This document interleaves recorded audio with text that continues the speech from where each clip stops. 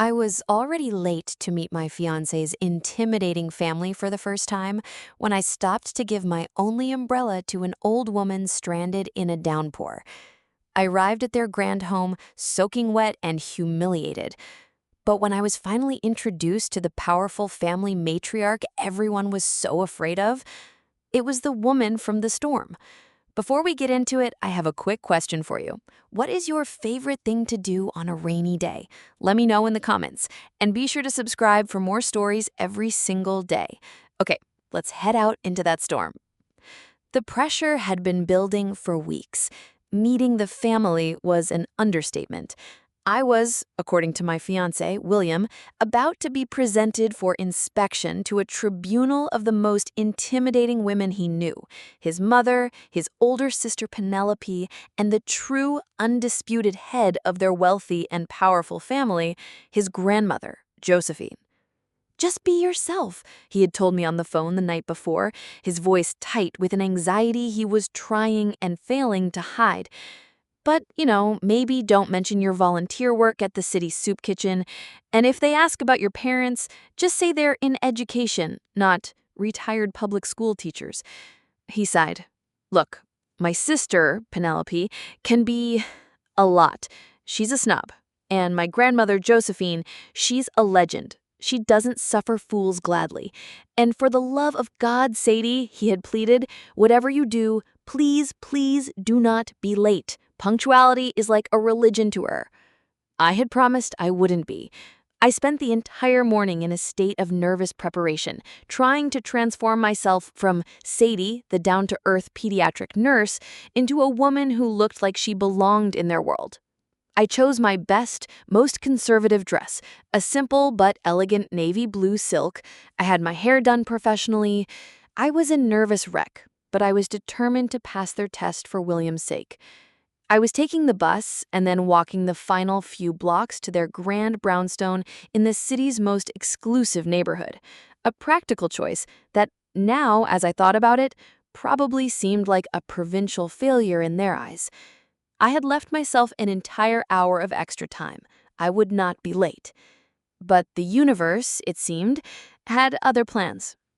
As I was walking the final half mile, the sky, which had been a clear autumn blue just moments before, turned a dark, bruised purple. The wind picked up, and the first fat drops of rain began to fall. And then the heavens opened. It was not a gentle shower. It was a sudden, violent, and torrential downpour. I quickly opened my small, trusty umbrella, the only thing standing between my perfectly coiffed hair and a complete disaster. It was through the curtain of rain that I saw her. She was an elderly woman, dressed in a simple but elegant tweed coat, and she was completely stranded. She was huddled under the uselessly small awning of a closed flower shop, a picture of quiet, dignified misery as the rain hammered down around her, soaking her clothes and her paper shopping bags. Taxis, their lights on, were speeding past her on the wet street, ignoring her outstretched hand. My mind screamed at me, "Keep walking. You can't be late. This is not your problem." I thought of William's panicked voice. I thought of his intimidating grandmother. But then I looked at the old woman's face, at her look of wearied resignation, and my own grandmother's voice echoed in my head. "You can always tell the true measure of a person by how they treat a stranger in the rain." With a sigh of resignation at my own character, I changed course. I walked over to the woman, angling my small umbrella to cover both of us as best I could.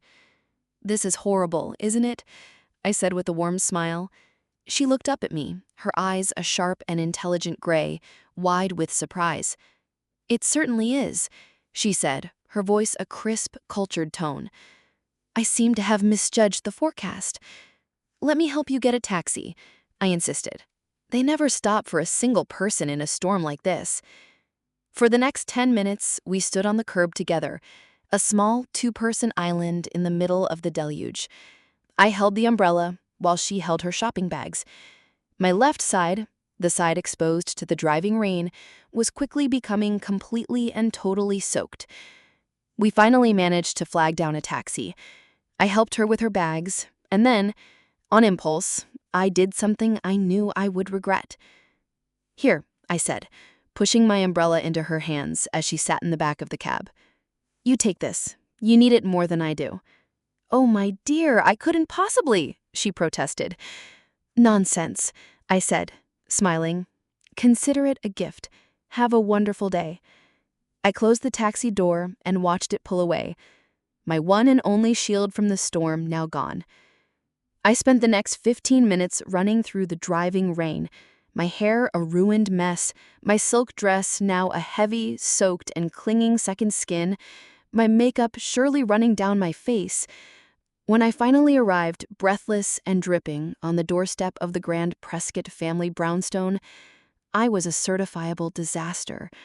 I looked at my watch. I was 17 minutes late. I took one last, deep, shuddering breath, braced myself for the coming storm, and rang the bell. The door was opened by a woman in her late 30s, a woman so perfectly dressed, so impeccably made up that she looked like she had just stepped out of the pages of a fashion magazine. It was Penelope. Her polite, welcoming smile froze on her face the moment she saw me. Her eyes did a slow, horrified sweep of my appearance, from my dripping hair down my soaked dress to the puddle that was now forming at my feet on her pristine marble floor. She didn't say hello. She didn't ask if I was all right. She just looked at me with a look of pure, unadulterated, and deeply satisfied contempt.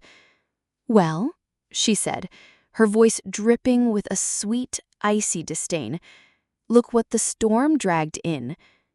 Penelope's cruel words, "look what the storm dragged in," hung in the heavy, humid air of the grand foyer. I stood there, dripping a puddle onto the pristine black and white marble floor, a specimen of drowned middle-class mediocrity presented for her inspection. The humiliation was a hot flush that spread across my cold, wet skin. For a moment, I was paralyzed, my mind a blank slate of shock and shame. It was my fiancé, William, who broke the spell.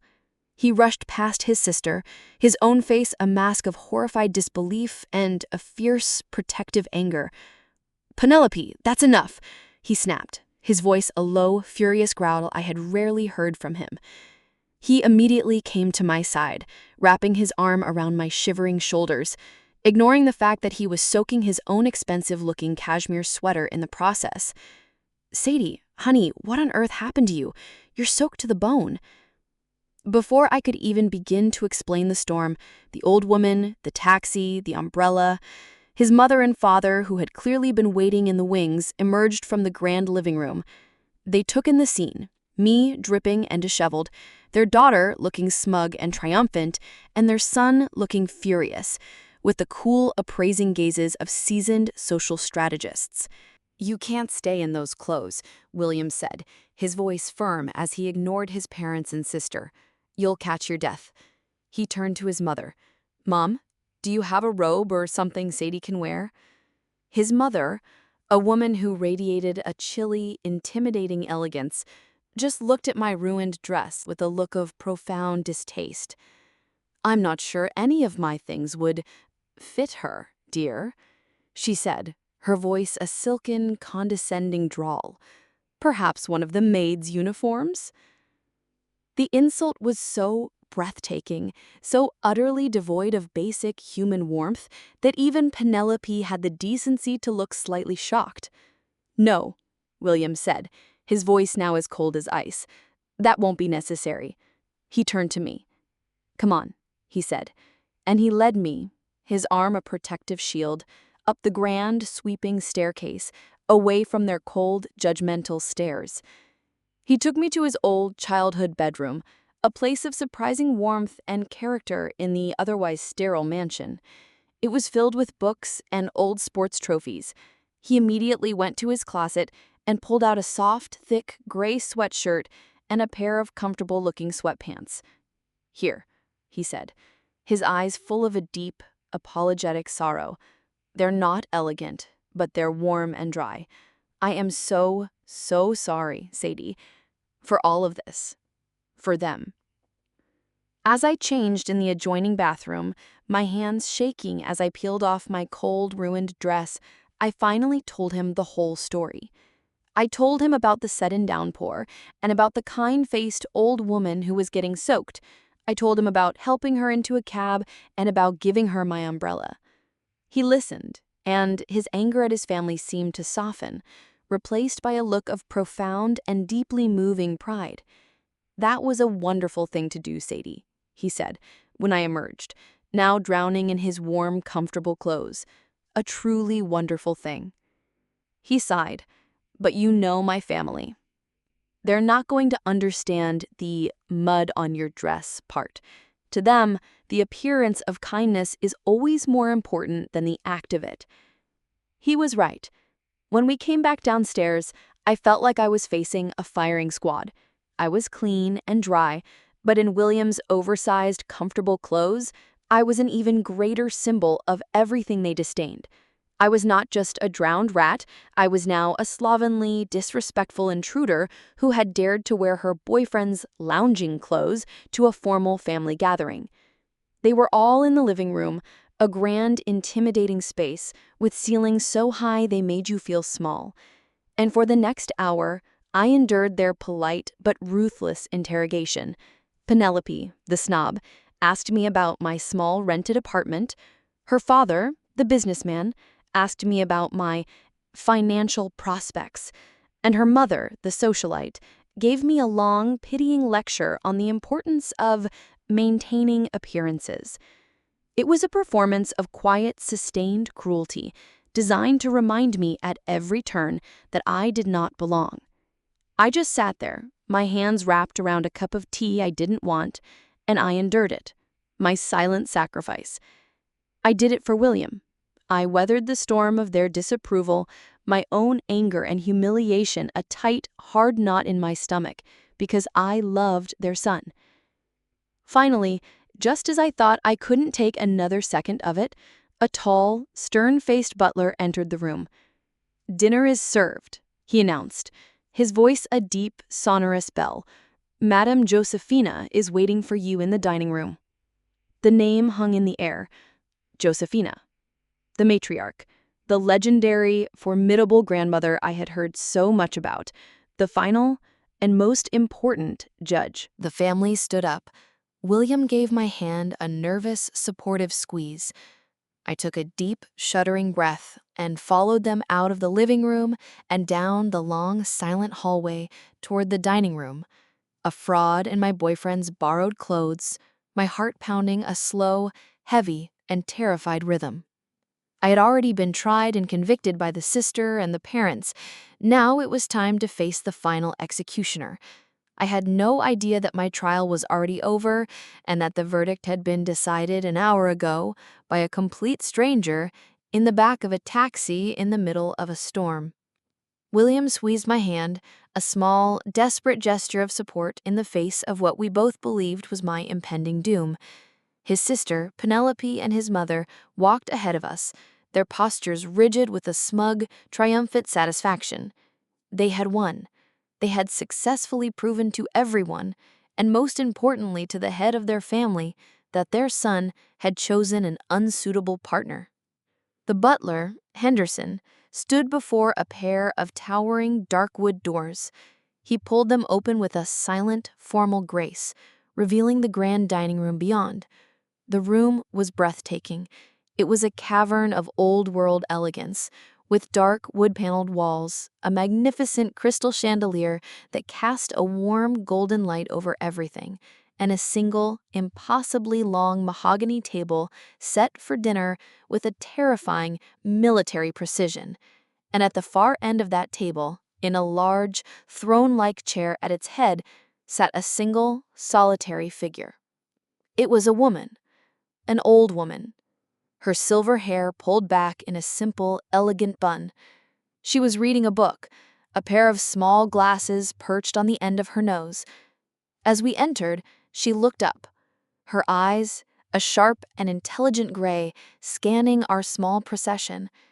My mind was a screaming chaos of anxiety. This is it, I thought. Just be polite. Don't speak unless spoken to. Try not to look like you're wearing your boyfriend's laundry. But then, as my own eyes adjusted to the warm, dim light of the room, my frantic internal monologue came to a sudden, screeching halt. The world seemed to tilt on its axis. The blood in my veins turned to ice. It was her. It was the woman from the storm. The hair was no longer wet and plastered to her head, but was now a soft silver cloud. The simple tweed coat, soaked and dripping, was gone, replaced by a simple but incredibly elegant silk blouse the color of cream. But the face, that kind, intelligent and deeply wrinkled face, and those sharp, piercing gray eyes, they were the same. It was, without a single solitary doubt, the woman to whom I had given my umbrella. The woman I had left in the back of a taxi an hour ago. The family matriarch, Josephine. She looked at me, and a slow, warm, and deeply knowing smile spread across her face. Penelope, my tormentor, still blissfully unaware, stepped forward to perform the introductions, her voice full of a formal, dismissive politeness. "Grandmother," she said, "I'd like you to finally meet William's, insert disdain here, friend. This is Sadie." Josephine's smile never wavered. She ignored her granddaughter completely. Her eyes, full of a warm conspiratorial amusement, were fixed only on me.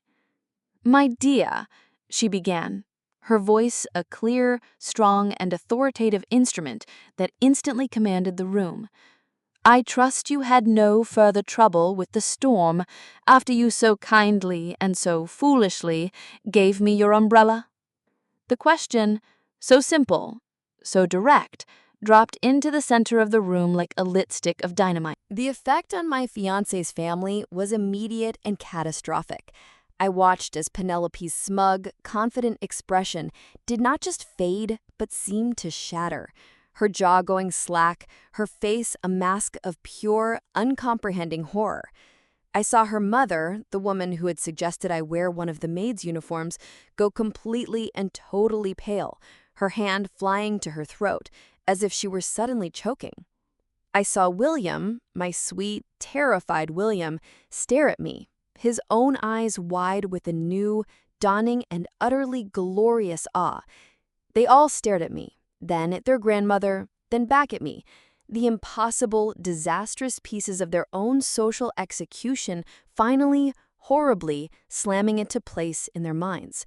The drowned rat on their doorstep, the tardy, unimpressive guest, the girl in the borrowed sweatshirt.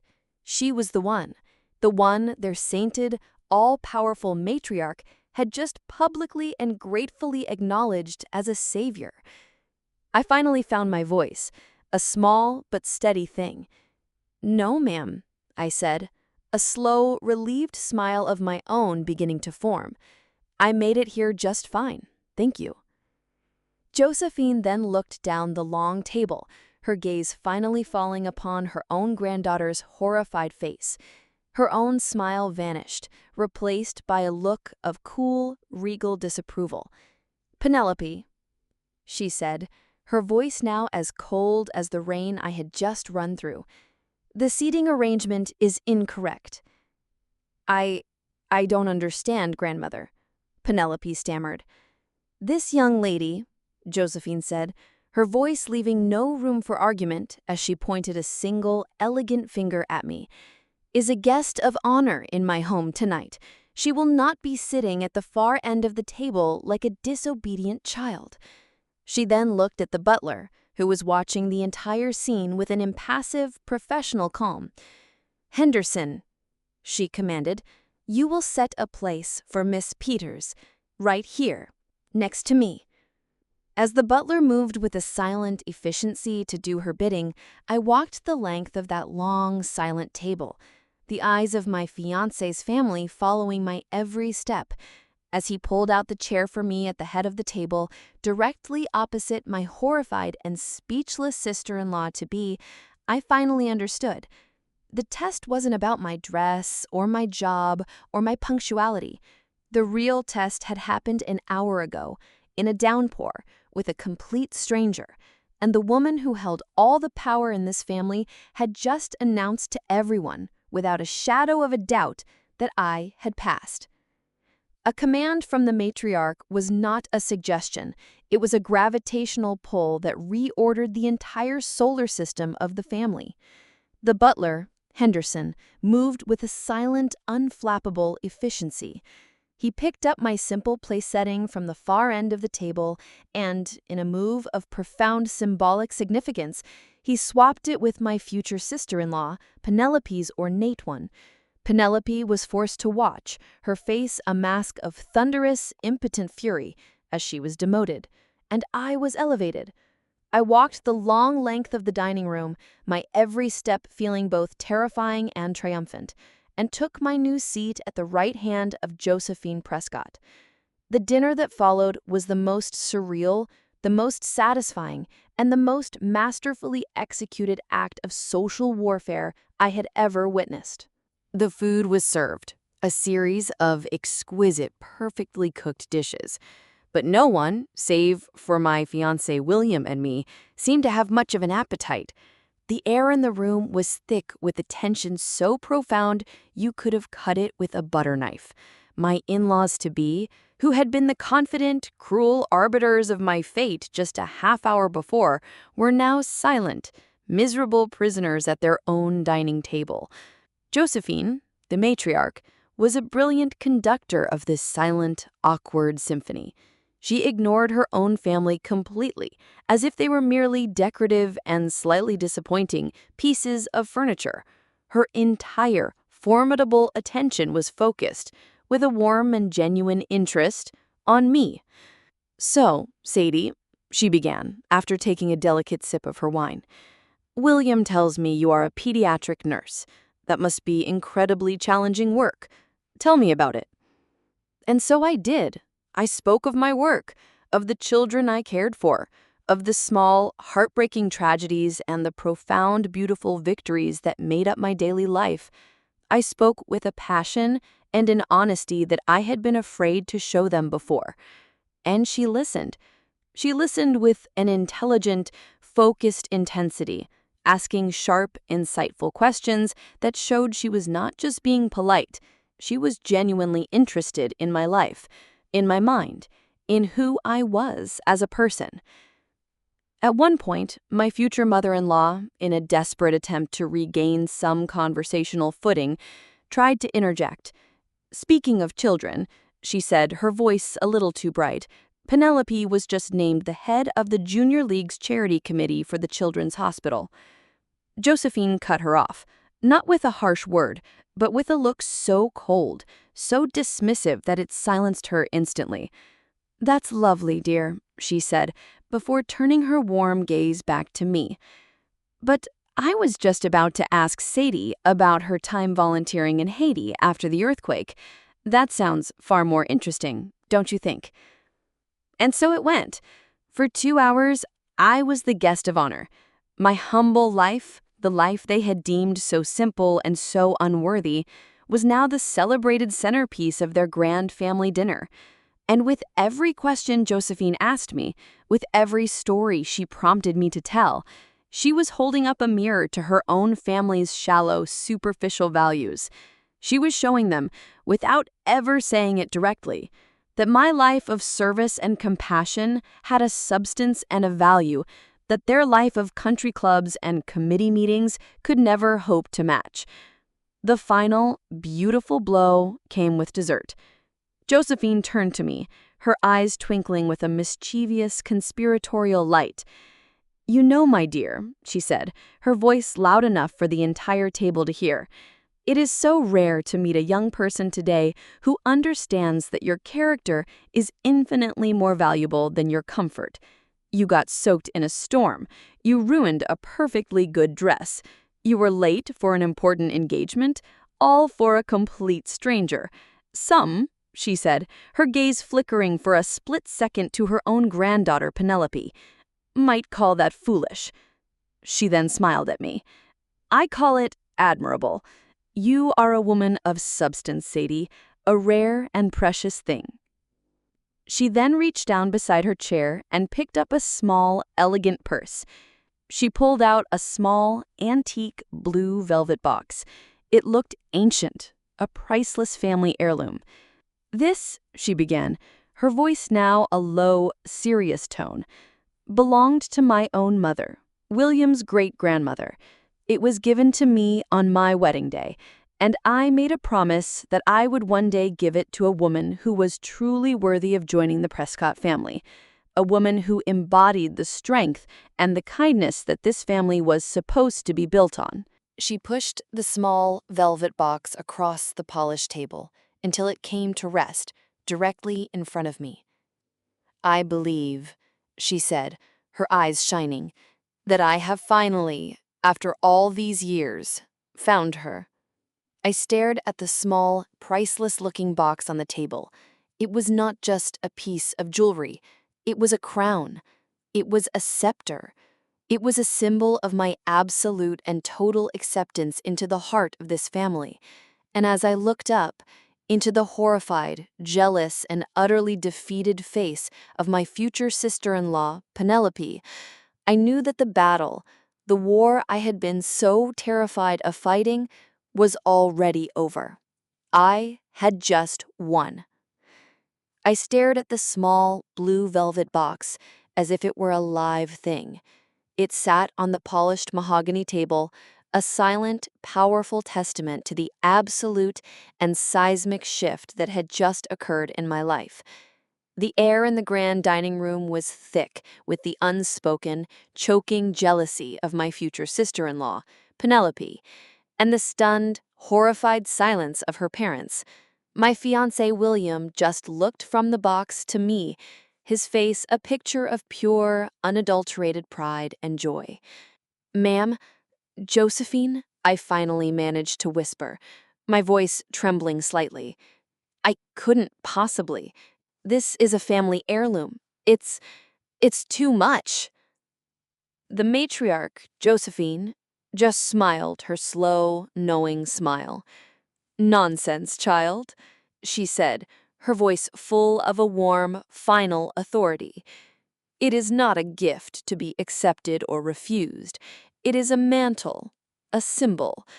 It belonged to my mother, a woman who came to this country with nothing but a good heart and a strong will. She would want it to be worn by a woman of similar character." She then glanced with a look as sharp and as cold as a shard of ice at her own granddaughter. "And as it seems, you are the only one at this table who fits that description, the matter is settled." With a hand that was not entirely steady, I reached out and opened the box. Nestled on a bed of faded, cream-colored satin was the most beautiful thing I had ever seen. It was a necklace, an intricate, antique piece of silver and sapphires, the stones a deep, brilliant blue that seemed to hold all the secrets of the sea. It was not just a piece of jewelry, it was a piece of history. The rest of the dinner was a quiet, surreal affair. The power dynamic in the room had been permanently and irrevocably altered. I was no longer the quiet, unimpressive guest to be tolerated. I was the chosen one, the matriarch's anointed successor.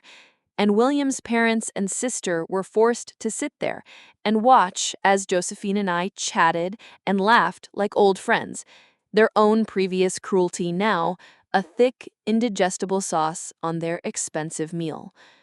Our departure, an hour later, was a masterpiece of quiet social triumph. As we stood in the grand foyer, Josephine embraced me warmly. "You are a good woman, Sadie," she whispered in my ear. "Don't ever let these foolish children of mine make you feel otherwise.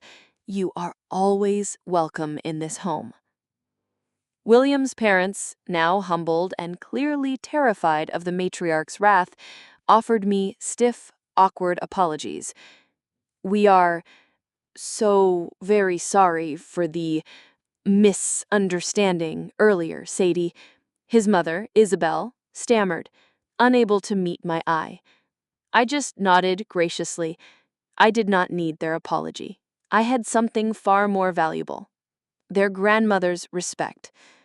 On the car ride home, a comfortable, happy silence filled the car for a long time.